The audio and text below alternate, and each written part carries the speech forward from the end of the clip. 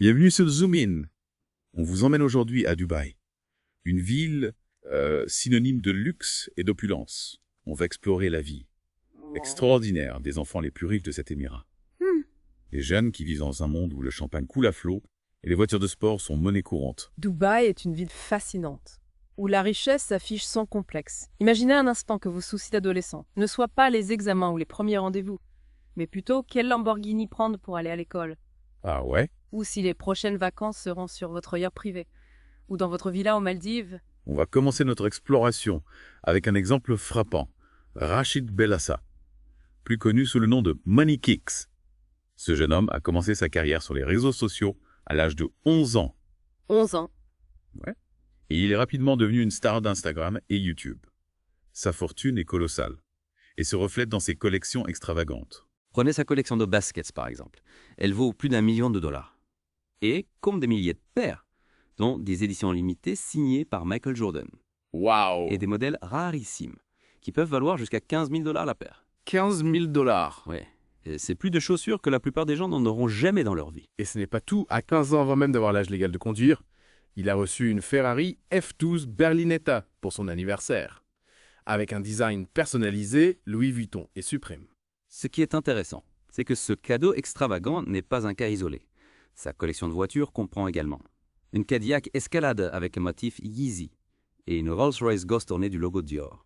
On parle d'un jeune homme qui a dépensé 30 000 dollars pour un billet d'avion en première classe vers Los Angeles, avec une suite privée, et 50 000 dollars pour un protège-dents en or et diamants. Pour ses débuts en boxe, Il possède même le parfum le plus cher du monde, Chmouk, qui vaut 1,3 million de dollars. C'est une illustration parfaite de cette culture de l'exclusivité et du statut social qui imprègne Dubaï. Absolument. Et il ne faut pas oublier son zoo privé, qui abrite plus de 500 animaux exotiques, dont des lions, des tigres et des girafes. Des célébrités comme Mariah Carey, Jackie Chan et Floyd Mayweather l'ont visité. Le coût de construction et d'entretien d'un tel zoo est astronomique, probablement comparable à celui de certains zoos publics. Cela vous donne une idée de l'immensité de sa fortune. Ce qui est amusant, c'est que certains de ces animaux portent le nom de marques de luxe. Le lion Versace, les orang-outans Gucci et Dior, et le chimpanzé Armani. C'est presque une caricature de la culture du luxe qui règne à Dubaï. Rachid est un exemple frappant, mais il est loin d'être le seul. Dubaï regorge d'enfants riches, issus de familles puissantes comme les Al Maktoum et les Al Thani, des noms qui sont synonymes de richesse et de pouvoir. Dans cet émirat, imaginez un instant Des convois, des Lamborghini et de Ferrari pour aller à l'école, des vacances sur des îles privées, et des collections de montres de luxe qui valent des fortunes. Prenons l'exemple de Marwan bin Mohamed Al Maktoum, un jeune homme de 23 ans qui a déjà créé sa propre entreprise. Cet esprit entrepreneurial est assez courant parmi les jeunes générations de Dubaï. Il possède une collection de voitures de luxe impressionnante, avec des Lamborghini, des Bugatti et des Rolls-Royce.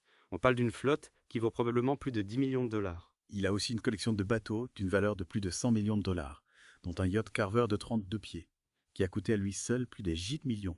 Waouh! Et comme si cela ne suffisait pas. Il possède une villa au bord de l'eau d'une valeur de 7 millions de dollars.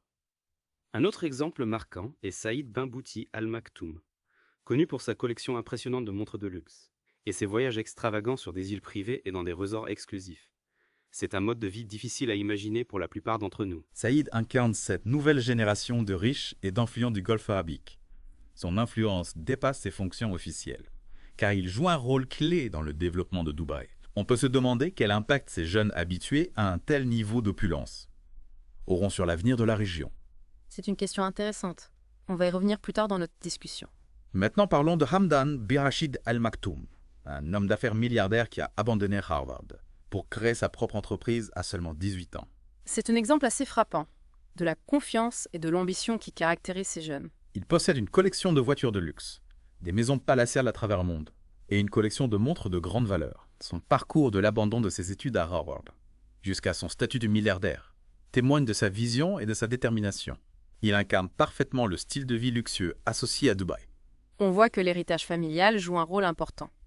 Mais ces jeunes ne se contentent pas de gérer la fortune de leurs parents. Ils ont aussi leur propre ambition et cherchent à faire fructifier cet héritage. Tout à fait. Prenons l'exemple d'Abdullah bin Zayed bin Sultan Al Nahyan. Il travaille pour la Mubadala Development Company, une société d'investissement appartenant au gouvernement d'Abu Dhabi. Et il possède une collection de voitures de luxe impressionnante. des propriétés somptueuses et une collection de montres de grande valeur. Sa résidence principale, située dans le quartier exclusif de Mirrors Hills, est un véritable palais avec des équipements de luxe incroyables. Il est intéressant de noter qu'il reste impliqué dans le développement de son pays, conciliant ses passions personnelles avec ses responsabilités professionnelles. On voit que la richesse ne les empêche pas de s'engager pour leur pays. C'est un point important. On a souvent tendance à penser que les gens riches vivent dans une boule, déconnectés de la réalité. Mais ce n'est pas toujours le cas. Ensuite, il y a Ismail Mohamed Saleh Abdallah Saleh El-Dantani, qui a hérité de la fortune de son père et l'a fait fructifier grâce à des investissements stratégiques. Il est vice-président de l'autorité d'investissement du Qatar et possède une collection de voitures haut de gamme, des propriétés opulentes à Doha et à Londres, et une passion pour les montres de luxe. Il est fascinant de voir comment ces jeunes gèrent des fortunes considérables, tout en étant encore très jeunes. On peut se demander quelle pression cela représente pour eux. C'est vrai. On imagine que ce n'est pas toujours facile de grandir avec un tel poids sur les épaules, mais il est important de se rappeler que ce ne sont que des exemples parmi tant d'autres. Il y a beaucoup d'autres jeunes qui vivent dans un luxe similaire, à Dubaï et dans le Golfe arabique. Et n'oublions pas Manal bin Mohamed Ben Ali Al Thani, une femme d'affaires milliardaire qui joue un rôle important dans les entreprises de sa famille. Elle est directrice et membre du conseil d'administration d'organisations prestigieuses, comme le Museum of Islamic Art et la fondation de l'hôpital Al-Waqra. C'est un exemple inspirant pour les femmes du Qatar et du monde entier. Oui, c'est important de souligner qu'il n'y a pas que des hommes dans ce monde de la richesse. Les femmes aussi jouent un rôle important dans les affaires et la société.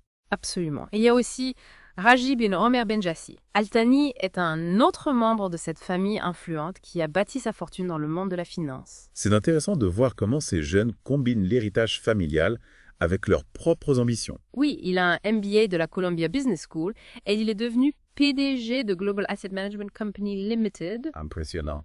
Il a même fondé sa propre société immobilière, MR Real Estate Investment. Ils ne se contentent pas de gérer la fortune familiale, ils la font fructifier. Exactement. Et Zaid Al Thani en est un autre exemple parfait. Il gère les investissements mondiaux pour sa famille via Qatar Holding LLC. Et il siège au conseil d'administration de géants comme British American Tobacco, Deutsche Bank AG et Credit Suisse Group AG. On parle d'un jeune homme qui, avant même d'avoir l'âge de conduire, prenait des leçons de pilotage d'hélicoptère, pratiquait la plongée sous-marine dans ses piscines et jouait au polo. Une enfance extraordinaire en effet.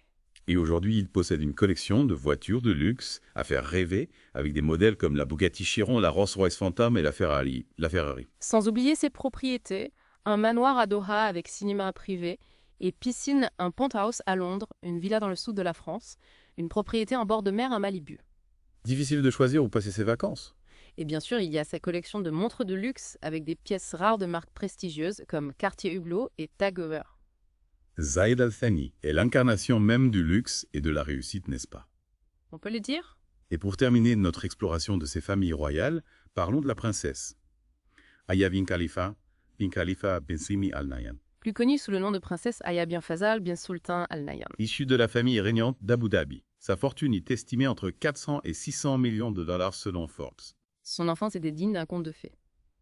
Imaginez, au lieu de jouer avec des poupées, elle avait des maisons de poupées grandeur nature, avec du vrai marbre au sol et des mini-voitures électriques. Elle a reçu une éducation prestigieuse à Oxford et à l'Université de New York, ce qui lui a donné une vision globale du monde.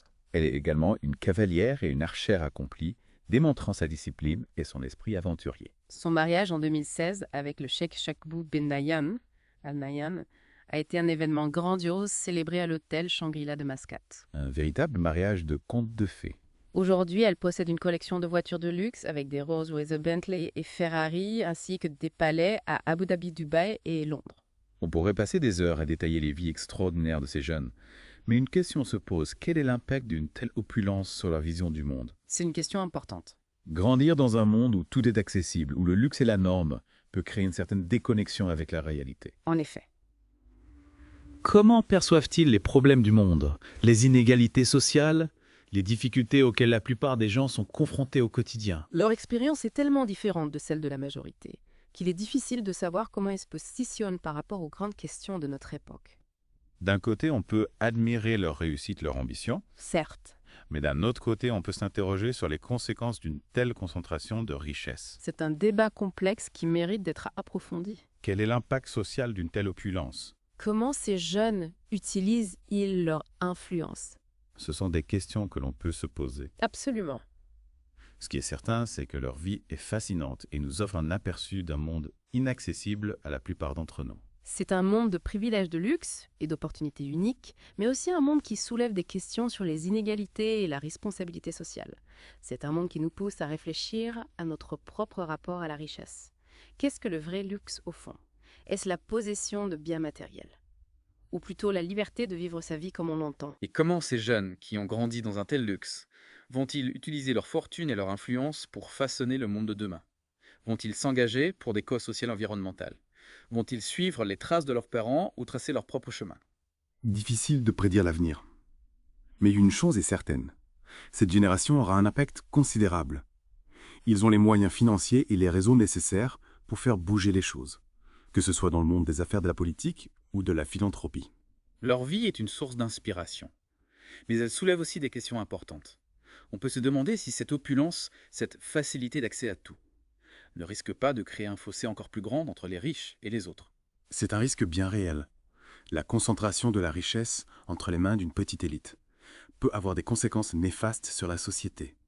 Il est crucial que ces jeunes prennent conscience de leurs responsabilités et utilisent leur fortune pour le bien commun. On a vu que certains d'entre eux s'impliquent déjà dans des projets de développement, dans des œuvres caritatives.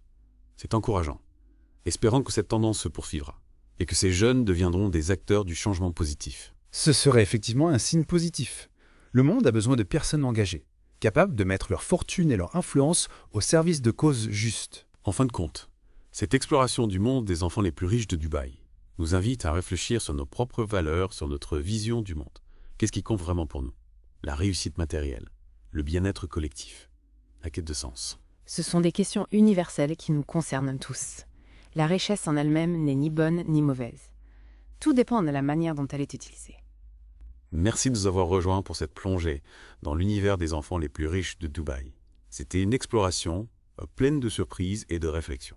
Une exploration qui nous rappelle que derrière le faste et l'opulence, il y a des êtres humains avec leurs rêves, leurs aspirations, leurs responsabilités. À bientôt pour une nouvelle découverte